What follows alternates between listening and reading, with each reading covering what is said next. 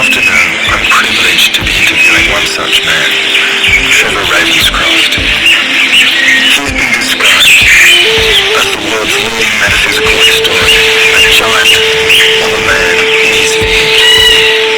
He's the author of two books, The Spear of Destiny and The Cup of Destiny. The Spear of Destiny was first published in 1973 and took 17 years to write.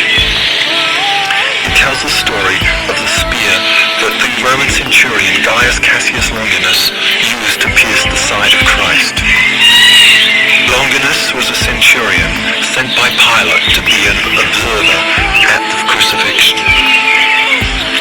On seeing Christ's body about to be mutilated by the priests, he used his spear to pierce his side between the fourth and fifth rib. It was a method used by Romans at the end of a battle to dispatch the dead or the dying on the battlefield.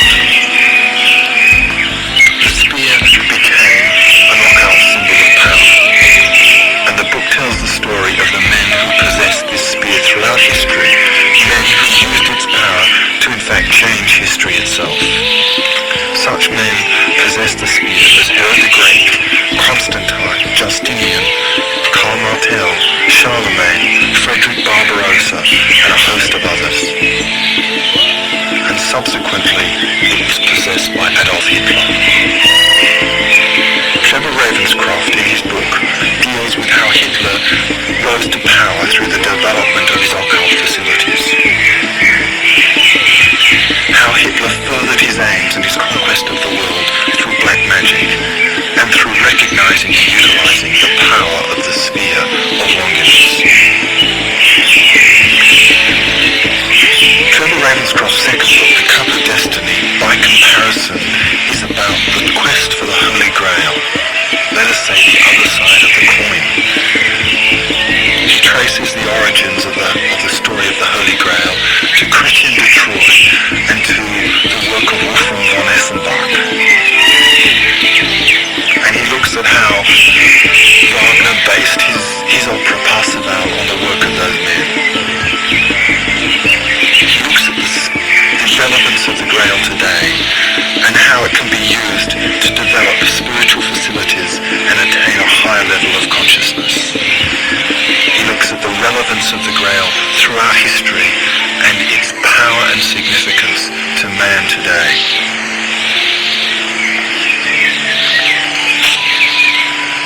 Trevor Ravenscroft is now 66 years old. For the last 2 years, he's lived in a small town just outside Los Angeles. He was born in England. He went to a British public school, and subsequently, just before the Second World War, he went to Sandhurst. During the Second World War, he joined the Commandos and was the youngest commando on a raid to assassinate Rommel in the desert of North Africa. The commandos on that raid, including Trevor Ravenscroft, were captured. And Trevor spent the years of 1941 to 1945 as a POW in North Africa, in Italy, and subsequently in Germany. And in Germany, he was in a concentration camp, and at one stage, he was in a condemned block. In all, he escaped 3 times, and was recaptured 3 times. After the war, Trevor Ravenscroft studied medicine at St. Thomas's Hospital, and later became a journalist. It was during this period that he met his teacher, Dr. Walter Johannes Stein. Stein was a Viennese scientist, historian, and expert on medieval and ancient art. Stein, in fact, was a pupil and an associate of the great teacher, Rudolf Steiner. It was through Stein's deep and earnest pursuit of occultism that he, in fact, first met Hitler in Vienna when he was a student. He came to know Hitler personally at a point where Hitler had discovered the legend of the spear and its power. Hitler used to gaze at the spear which in those days resided in the Habsburg treasure house in Vienna. And Stein and Hitler had many conversations about the spear and its significance. Stein eventually left Austria, and during the war, Churchill's confidential advisor, on the way Hitler was using occultism and the spear in his game of power throughout the world. Ravenscroft started with Stein for 7 years, and in 1957 Stein died. After this period, Trevor Ravenscroft worked as a journalist. At one stage he worked as an advisor to the Shah of Iran, and he also wrote his 2 books. And so on now to the interview itself. We're sitting in a garden in Melbourne on a sunny afternoon. It's the 10th of October 1986, and yesterday Trevor Ravenscroft arrived from Los Angeles. Trevor, how did you first become interested in the mysteries of the Grail? Yes, that's a good question. I became interested because it seemed to me that the whole search for the Grail was a search for higher dimensions of consciousness and time, and that hidden behind the Grail imagery was a unique Western path to self-knowledge, to clairvoyant perception, to clairaudience, to a perception of the spiritual powers which create, inform and sustain the world we live in. And I began to search behind all the stories of the Grail to see whether it was something applicable to our time. And I eventually found that all these things happened in the 9th century. All these stories about knights in the 9th century are really a preparation for the apocalyptic confrontation between good and evil in the 20th century. And this is how I began. How old were you when you first became interested in that area? I was a prisoner of war. And I first became interested because I had a friend who was actually killed flying home. His name was Herbert Buck, and he was an intelligence officer, and he had been in the commandos with me and special service. And when we were prisoners of war, he gave lectures on Indian philosophy, on the Bhagavad Gita, on Buddhism, and I think that he really fired my interest. Looking back, I find that he's one of the most significant people in my life. Herbert Buck was a tremendous individuality, and one of the few people from those days that I've remembered all my life as though he's living today. I think that he was a very significant person, one of these unique people in millions who had a natural intuition into spiritual things. How long were you a prisoner of war?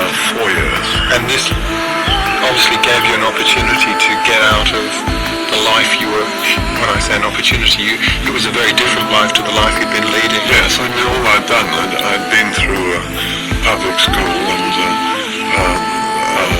Sandhurst and my regiment and the commandos and the special service, and I'd been engaged more or less in training for sort of unique raids and for killing people and for things which in my soul life, I'm looking back, I didn't really have much to do with, but I had to go through that stage. And then as a prisoner of war, one is forced into a self-knowledge which one wouldn't be forced into except for through the circumstances of confinement and hunger and boredom and these sort of things. So I'm from being a very objective, exoteric person, I suddenly began to search within the anatomy of inner space for other realities which I now became incredibly interested in. As a child, I had been a natural clairvoyant, and for the first years of my life, I thought everybody saw the things I saw, and it was a great surprise to me that they didn't. And around my 7th, 8th and 9th year, these things began to dwindle, and I left them. I didn't feel like going back to them. But when I became a prisoner of war, of course, just having had this sort of experience as a child was an open door to the spiritual revelations I was seeking. As a child, what sort of beings or things did you see?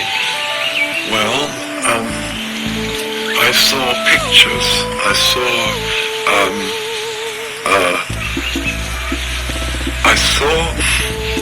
spiritual beings that were not connected with the earth. Whereas now, if one talks about the hierarchies of spiritual beings above man, I'm now concerned in how the spirits of destiny, the angeloi, are concerned in taking human beings to the right place at the right time, in the right manner, so that they will have the experiences. The angeloi help you fulfill your karma. The archangeloi are group souls, the group souls of the nations, of societies, of special interests, and there are family spirits as well, and then there are the spirits of the time, and all these beings are vitally connected with our life today, whereas the things I saw as a child were not so connected. I couldn't connect them with my life at all. It was like living in a kind of fairyland, really. And Rudolf Steiner also had this experience as a child.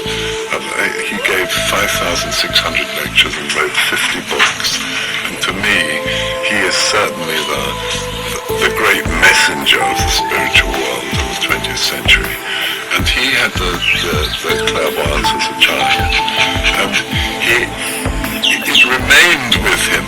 Even when he had 13, he was reading Kant's Critique of Pure Reason. He was still a clairvoyant, and he had to make tremendous atavistic clairvoyance and to form the new perception, which belongs, in fact, to the search for the Grail. And I didn't have to do this because it died off. And when my new perception came, it came quite naturally. And I think out of the influence of Rudolf Steiner, and especially out of the influence of his closest pupil, Walter Hammerstein, who is really the great authority of the 20th century on the search for the Grail. And when I came back from being a prisoner of war,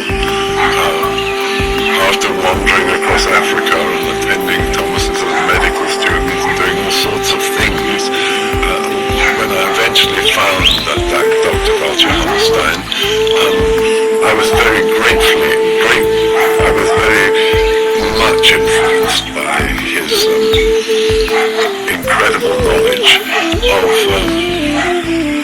the initiation sciences, I would call them, the techniques of raising the consciousness and of perceiving not only the physical world with one's physical senses, but perceiving the spiritual world with one's spirit senses, and thinking about these spiritual percepts, if you like, with faculties of the right brain, so that I think I've even taken this further than Dr. Stein took it in his lifetime.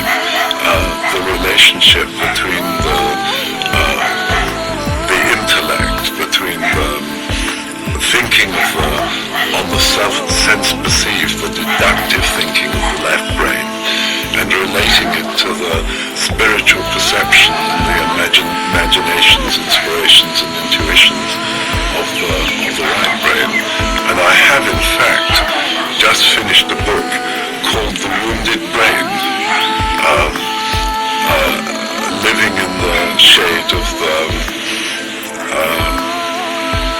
pale horse of the apocalypse. And I've tried to show how the evolution of consciousness is portrayed by the four horses of the apocalypse in the Revelation of St. John. Trevor, you talked about initiation. Could you tell me what you actually mean by that? Yes, I think that the two sentences constantly on my lips are initiation and the evolution of consciousness, you see. I'm considering in the near future writing a book on the history of art in relation to the evolution of consciousness. I think it would be marvelous because one could publish all the pictures that have already been published of all the great paintings and sculptures and all the great works of poetry and music and art and literature, and to show why people produce this type of art in their civilization at a particular point in history. Because when one speaks of the evolution of consciousness, what one is really saying is that one is opposing the scientific and the anthropological point of view that is put forward in the 20th century. And the general idea is that man hasn't changed very much in thousands and thousands of years. He's only extended his intellectual thinking on the senses. So they're looking at a sort of intellectual expansion. But I see modern consciousness as a terrible contraction of consciousness. It's a contraction. Because if you go back even to 3000 BC or before, it isn't any good believing that people were like they are today and had the consciousness that we have today and the intellect we have today. People who think this are the same as educationalists who regard children as little adults. Children aren't little adults, and unfortunately, of course, because they're treated as little adults, the whole kingdom of childhood is gone.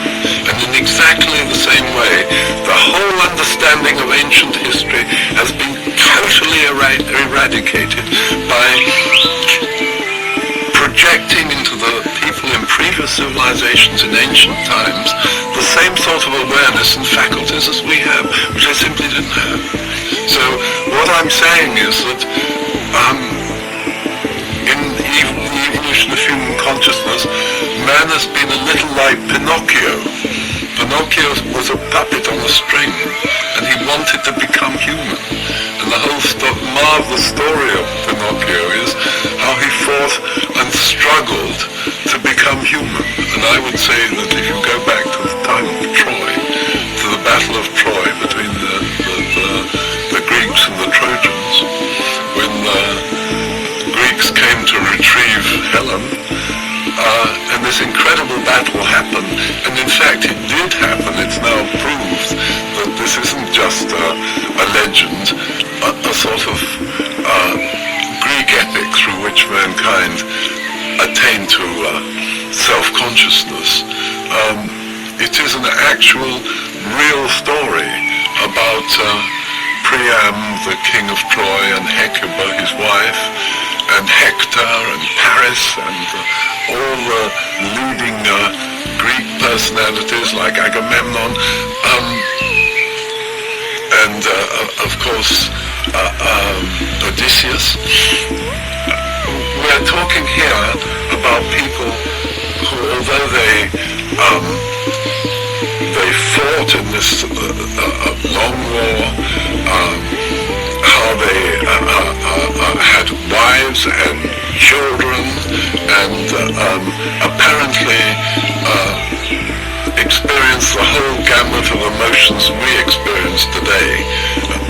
We look at them rather as a primitive, epic sort of society, who were rather like us, only we're more sophisticated and technologically developed, etc. But we're really looking at people who had no self-consciousness at all, and in fact most of them had no consciousness of any sort. There are no words for consciousness. The word phrenes appears, which has to do with the guts, with the entrails, if you like it. But they had no words and no mind space to think in like we have. So that we're dealing with incredible puppets, as it were, who were moved by the gods.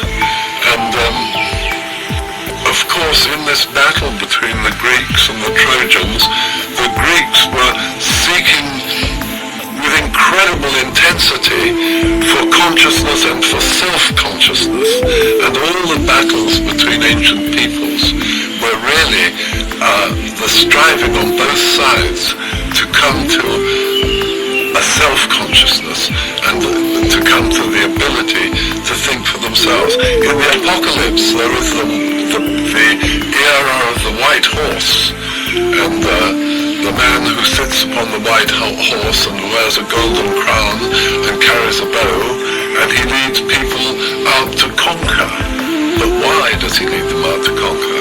Because only through civilizations confronting each other could this whole process of becoming self-conscious begin. And when it comes to Socrates in Athens, he is teaching people to use this newfound capacity for self-conscious thinking, honestly, truly and sincerely. But in the time of the Trojan War, nobody had such a capacity to think. In the evolution of consciousness at that time, sometimes, as today in us, perhaps in a dream, some emotion surged up and they experienced it for a second, and the beginning of human consciousness was certainly in the feelings. But going back to the white horse of the Apocalypse, this era lasted a long time, and then comes the era of the red horse, and the rider of the red horse carries a sword and he sheds blood. And this is the period of the Greco-Roman civilization, where man has become self-conscious, and now he is responsible for following the good, the beautiful and the true, or falling into error, so that now one has mankind becoming self-conscious and taking the responsibility for what he does. And as you know, in the ancient world, nobody was ever blamed for anything they did. It was considered to be fate. They might have to be punished, they might have to be beheaded or be killed, but they were never blamed, because it was known that they weren't responsible, that the gods were responsible for writing the script in which these people lived unconsciously. And then suddenly, in Greece, in Periclean Athens, with the appearance of Plato and Socrates and Aristotle, we now have man having his own thinking, his own self-conscious thinking, his own sculptor, his own drama, his own politics. The beginnings of European civilization were there with these splendid Greeks who were enjoying for the first time self-consciousness and the capacity to think for themselves. Whereas if you go back to the ancient Indian civilization and you read the Upanishads and the Veda Sankhya, and all these marvelous things which were actually written down thousands of years after they were experienced. But they were experienced by initiates, and an initiate is the name given to somebody who is in advance of his fellows in the evolution of consciousness. Somebody who has attained self-consciousness, somebody who has attained higher consciousness and can perceive how the spiritual world works into the physical world, creating history. And of course, what we have to discuss really now to clarify this is, what was ancient initiation? How did a human being in ancient times come to a consciousness that he wanted to find and experience the gods, the spiritual world behind the physical world? And what was the training that he went through to attain this higher consciousness and higher dimensions of time, so that he could, as it were, look upon the script of history from the outside? Trevor, I think there are two points that arise from what you're saying. One is, where is the consciousness of man today in terms of its historical precedence? And secondly, what can I or any other person do as an individual to change my consciousness in terms of, let's say, nuts and bolts? Yes, right. Those are good questions. Consciousness stands today at the lowest ebb in the history of the evolution of humanity. The lowest possible ebb. It has never, ever, ever been lower. And because we are trapped in the intellectual, materialistic conception of the universe, and because we are looking for the creative principles through disrupting nuclear energies, we are, with our abysmally low consciousness, despite our fantastic and wonderful technology, we are possibly, through not breaking through into a higher consciousness, but by being trapped in this consciousness, this low consciousness that we have today, that we are about to destroy the planet. And this is the moment when people must begin to break through this measure, number and weight materialistic consciousness. And the only way they can do that is by walking the path of initiation. Now, the Christian path of initiation is the search for the Grail. And there are other paths for initiation, which the Chinese have, and the Indians have, and the Middle East have, and which the Jewish people had. So really we ought to say just a little about the ancient initiation, and then show how mankind has fallen into this abysmal three-dimensional consciousness, and point to the road out of it. And of course, one of the great pointers to the new consciousness is in the Revelation. The Apocalypse describes just this time when there is this incredible battle between the materialism of the computer technology of the left brain and the potential spiritual perception and spiritual understanding and spiritual faculties of the right brain, about which almost nothing is known, despite all the societies that are springing up and the movements that are springing up. There is very little known about the development of the chakras of the spirit senses and the development of the faculties of the right brain. And it is just at this point that we stand today. If we go on trapped in a purely materialistic conception of the world, explaining the whole universe out of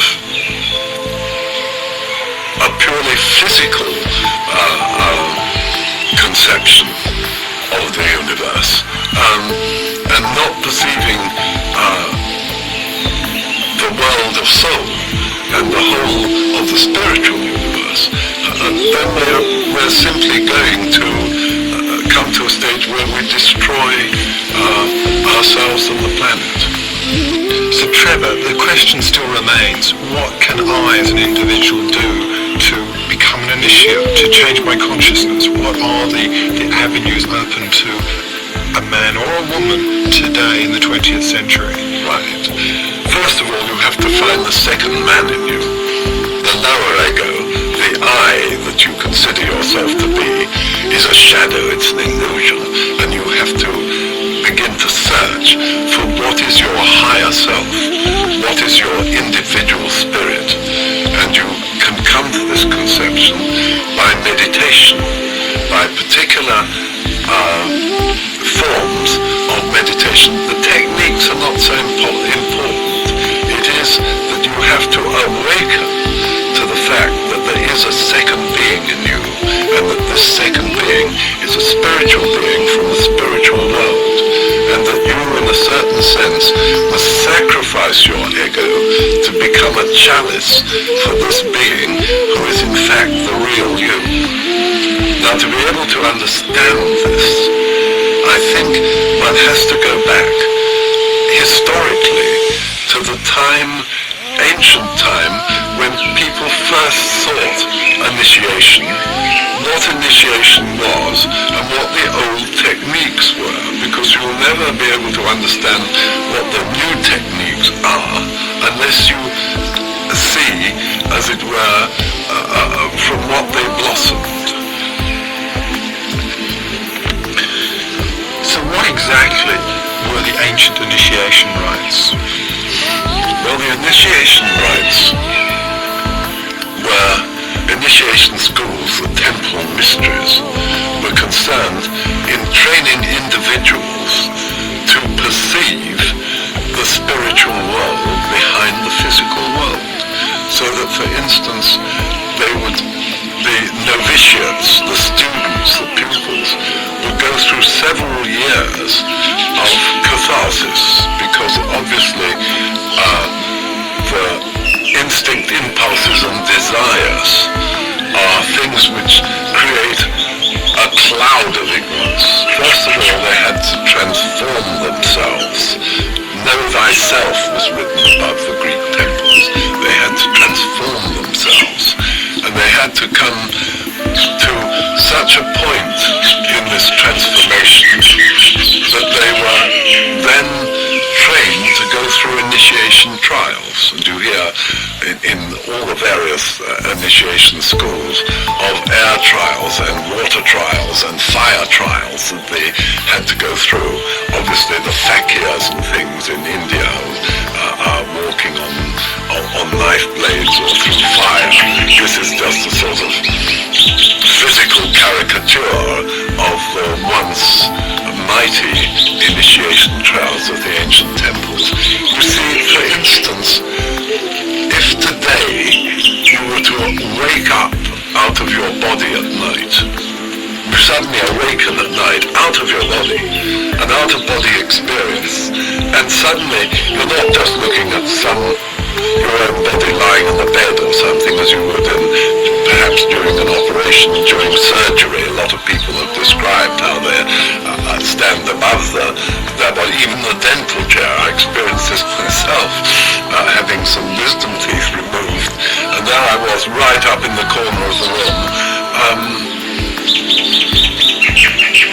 looking down on the dentist working on me, and I could see the evening paper on the chair, and just before I'd been put out with anesthetic, chloroform in those days, the dentist had said, take your watch off, and I'd taken it off, and I'd put it on the dish, and when I was anesthetized, and when I was then awoke and watched all this going on, the dentist told the nurse to put my watch on the shelf by the door, which was behind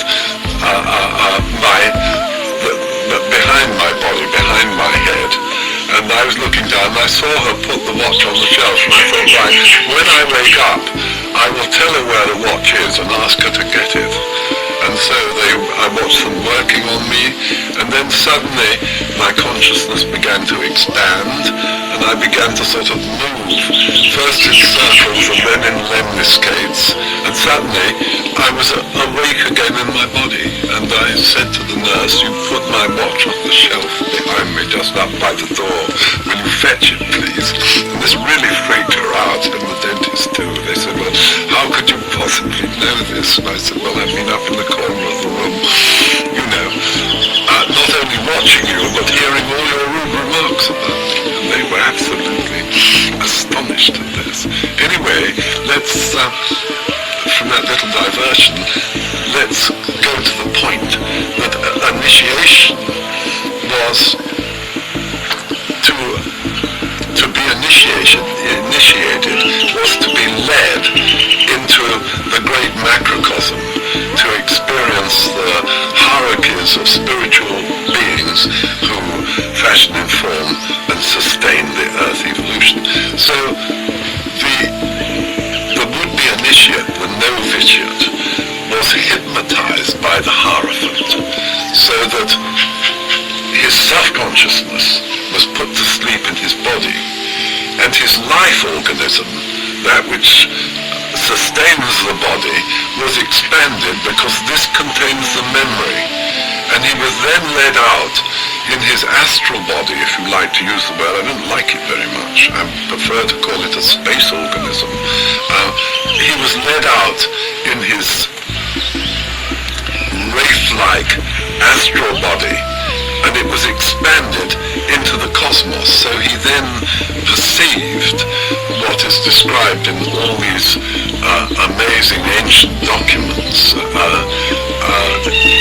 He experienced the spirits of destiny, the fire spirits, the archangels, the group souls, the zeitgeist, if you like it, the spirit of the time, the spirits of form, the spirits of motion, the spirits of wisdom, the spirits of will, the spirits of harmony, the spirits of love. And of course these beings are all connected either to the orbits of the planets or to the fixed constellation around our solar system, so that they were led out to an experience of spiritual worlds, and then they were brought back, they came contracted back to their body, and the Hierophant then said to them, or to the person being initiated, "Come forth," and they would awaken, and they were wrapped in grave clothes, and these grave clothes were taken off them, and the Hierophant and the 12 attendants stood around, and the person, as it were, awoke, and he remembered his experience of the spiritual world. He couldn't, when he came back to his body, perceive it any longer. He couldn't maintain this living consciousness of the spirit. He could only remember this expansion into the spiritual world. Now, in the case of when Christ resurrected Lazarus from the dead, Lazarus was wrapped in grave clothes. He'd been put to sleep by the Jewish Hierophant under the sign of Jonah, the seal of Jonah, the seal of the ancient Jewish initiation principles which had been learned by the Jewish people in Babylon. And Lazarus had been put to sleep. He'd been hypnotized and wrapped in grave clothes and placed in a tomb where he should have remained for 3 days and be awoken by the Hierophant. But the Hierophant was unable to awaken him, and he had died, and his body was becoming putrid and beginning to smell and even losing its form. And Christ stood there as the new Hierophant and said, "Lazarus, come forth." And Lazarus was made whole. And he then had a living consciousness that which was his spiritual being, which he would have had joined during his expansion of the universe, was standing there Christ. Christ was the representative of the spiritual, individual spirit in the whole of mankind. And so that in a certain sense, this was the beginning of a new initiation. And when Christ went through the arrest and the trial and the passion and the crucifixion and the resurrection, he fulfilled for the whole of humanity a new form of initiation on the arena of history. And this is what really makes Christianity so much more significant than the other religions of the world.